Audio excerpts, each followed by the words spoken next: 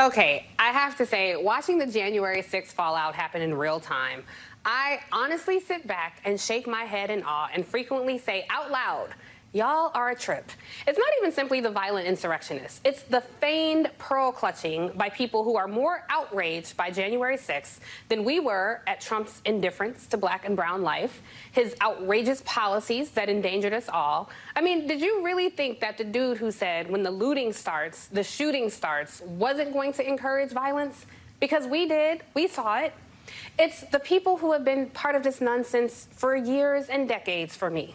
It's the people who voted for him, the campaign staff, the policymakers, the media enablers. You know exactly who you are.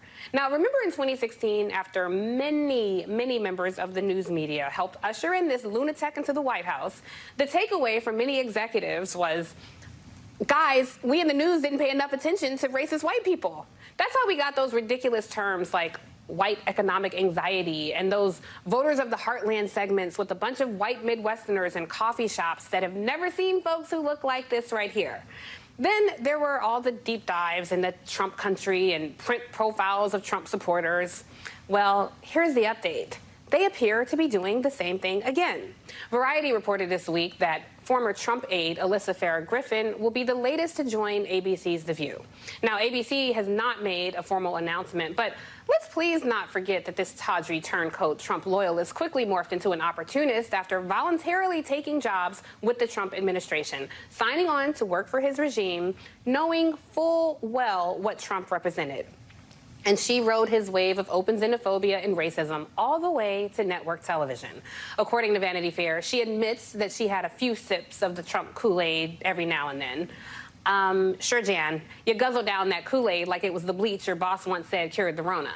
Now, let me tell you about this woman. She wrote for a right-wing conspiracy website founded by her father. She supported efforts of Mark Meadows and Jim Jordan when she worked for them on Capitol Hill. She defended Trump after he asked the Proud Boys militia to stand back and stand by. And she's an election denier. And yeah, sure, she came out and denounced the attack on the Capitol, but ain't nobody impressed with that. That was a convenient thing to do. So as we watch these people who think a feigned apology is accountability get rewarded with TV deals, book deals, and stints with Dancing on the Stars like you see there, it is so clear to us that many in the media are still trying to normalize these folks. And why? Well, they would say, well, we must not forget about viewers in the Midwestern/flyover states who may feel differently than us. Yeah, I actually agree with that. I'm all for it. Let's focus on viewers in Cleveland and Chicago and Detroit and St. Louis. Because as you see, younger, more diverse audiences have begun to rely on social media for their news and information. And we've seen how problematic that can be. But we also wonder why so many gatekeepers actively ignore a growing influential market which drives culture and conversation by catering to this smaller sect of society because they are uncomfortable talking about race. Their feelings seem to always matter more than truth, history, and facts. But not here on the Cross Connection, because here we know that as awful as rational people thought Donald Trump was on January 6th, Homeboy was just as awful on January 5th. And so were the people who rocked with him, every last one of you.